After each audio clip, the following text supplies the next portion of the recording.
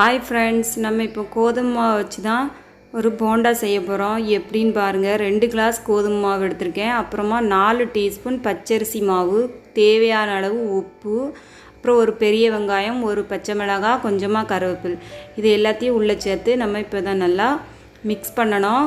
அப்புறமா கொஞ்சமாக நம்ம ஆப்பத்துக்கு போடக்கூடிய இந்த ஆப்ப சோடா கொஞ்சமாக போட்டுக்கிடணும்.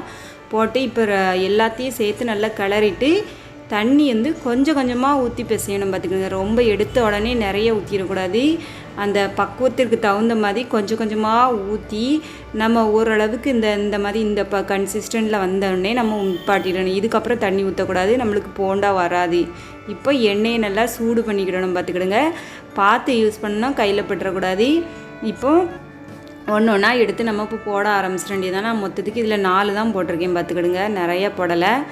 இப்போ இது நல்லா ஓரளவுக்கு நல்லா கொஞ்சமாக வெந்ததுக்கப்புறமா நம்ம இதை வந்து திருப்பி போட்டுறணும்.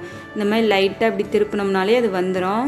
ரொம்ப தீய விட்டுறக்கூடாது, மீடியம் ஹீட்டில் வைக்கணும். ரொம்ப ஹை ஃப்ளேமில் வச்சாலும் அது தீஞ்சு போயிடும். அதாவது வெளியே மொறுமொறுன்னு இருக்கும், உள்ளே வெந்திருக்கவே செய்யாது.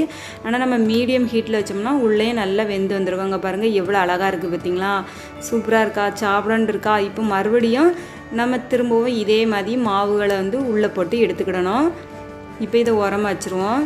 மறுபடியும் அதே மாதிரி மாவு எடுத்து நான் உள்ளே போடுறதையும் பார்த்துக்கிடுங்க. நல்லா அந்த சலசலப்பு இருக்கணும். பார்த்துக்கிடுங்க, அந்த சலசலப்பு நின்ன பிறகு தான் நம்ம அந்த போண்டா வந்து வெளியே எடுக்கணும். இப்படி செய்யும்போது ஈஸியாக செஞ்சிடலாம். நம்ம வீட்டில் என்ன பொருள் இருக்குது அப்படின்னு பார்த்துட்டு, சரி கோதுமை மாவு இருக்கா, அப்போ போண்டா போட்டுடலாம் அப்படின்னு சொல்லிட்டு நம்ம போண்டா போட ஆரம்பிச்சிடலாம். இந்த மாதிரி எல்லா மாவையும் நான் போட்டு எடுத்துக்கிட்டேன். பார்த்துக்கிடுங்க, சும்மா சொல்லக்கூடாதுங்க, ரொம்ப டேஸ்ட்டாகவே வந்திருந்தது.